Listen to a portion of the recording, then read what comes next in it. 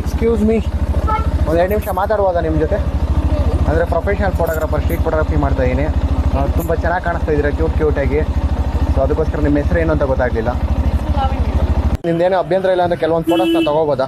Sir ಇಲ್ಲ sir, urgent ಸ್ವಲ್ಪ bus miss ಆಗಿದೆ, ಬೇಗ ಡ್ರಾಪ್ ಹಾಕಿದ್ರೆ ನಾವು ಗಾಡಿಲಿ ಪೆಟ್ರೋಲು ಖಾಲಿ ಫೋಟೋ ತೆಗಿಸ್ಕೊತೀವಿ. ಹೌದಾ, ಈ ಥರ ಮೇಡಮ್ ನಮ್ಮದು ರಾಪಿಡ ಗಾಡಿ ಅಲ್ಲ ಮೇಡಮ್. ನಿಜವಾಗ್ಲೂ ನಾವು ಹುಡುಗಿರೆಲ್ಲ ಜಾಸ್ತಿ ಕೂರಿಸ್ಕೊಂಡು ಹೋಗಲ್ಲ.